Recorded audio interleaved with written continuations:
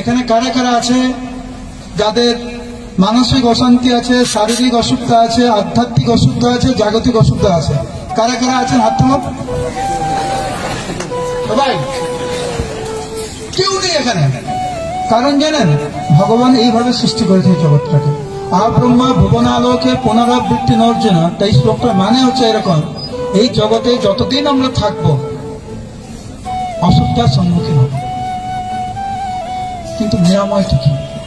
আমি ছোট্ট একটা লীলা বলছি। 1976 সাল 1976 প্রভুপাদ ডিসেম্বর মাসে 2 সপ্তাহ হায়দ্রাবাদে কাটিয়েছিলেন একটি বিশেষ উদ্দেশ্য নিয়ে। উদ্দেশ্যটা কি? প্রভুপাদ চাইছিলেন হায়দ্রাবাদ ফার্মটাকে খুব সুন্দর করে সাজিয়ে তুলতে। সেই জন্য 2 জন সন্ন্যাসীকে এবং একজন খুব সিনিয়র ভক্ত আমাদের সোসাইটির তেজস প্রভু, যার নাম, 2 জন সন্ন্যাসীর নাম বলছে না, 2 জন সন্ন্যাসী এবং একজন সিনিয়র ভক্ত তেজস প্রভুকে দায়িত্ব দিয়েছিলাম হায়দ্রাবাদ ফার্মের। প্রভুপাদ ওখানে ছিলেন আর বললেন, আমি চাই তোমরা এই জায়গাটাকে এইভাবে সুন্দর করে সাজাও।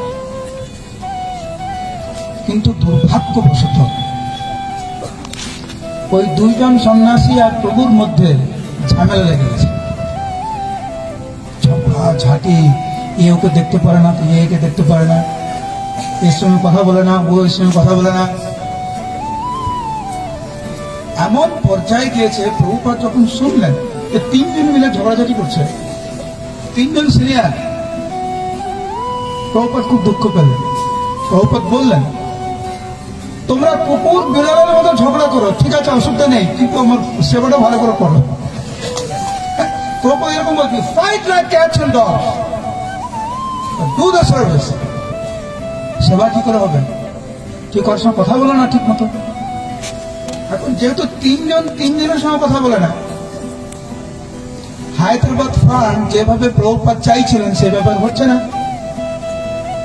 3 জনের মনে খুব কষ্ট। কিসের কষ্ট? যে প্রভুপাদের মনোবাসনাকে পূর্ণ করতে পারছে না। আমাদের জীবন আর কি লাভ, কি প্রভুপাদের সেবা না করতে পারে?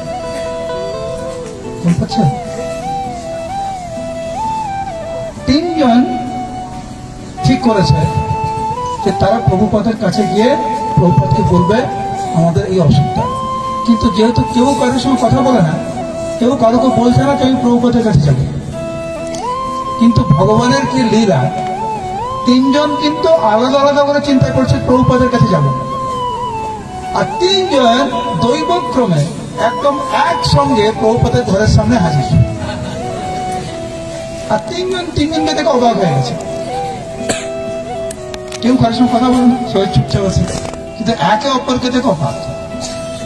সকালবেলা প্রভুপাদের দরজা খোলা, খুব সিনিয়র তো, ঢুকে গেছে প্রভুপাদের ঘরে। যেটা দেখেছে সেটা দেখে সবাই স্তম্ভিত হয়ে গেছে। 3 জন দেখছে প্রভুপাদের চোখ বন্ধ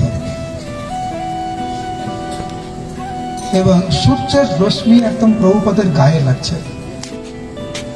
দেখে মনে হচ্ছে প্রভুপাদের দিব্য শরীর থেকে এক দিব্য জ্যোতি বেরোচ্ছে।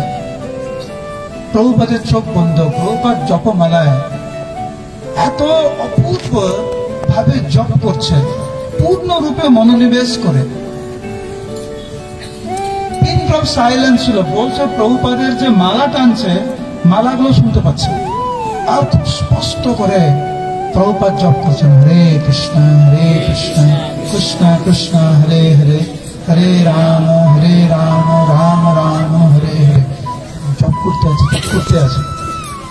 ভক্তরা এসে 3 জন, 2 জন মহারাজ আর প্রভু সামনে বসে গেছে। আস্তে আস্তে জপ করছে যাতে প্রভুপাদের কোনো অসুবিধা না হয়।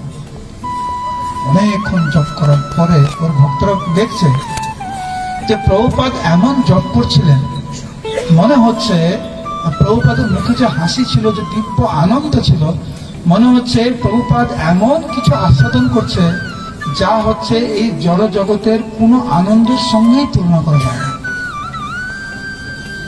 প্রভুপাদ অপ্রাকৃত আনন্দ আস্বাদন করেছিলেন জপ করতে করতে।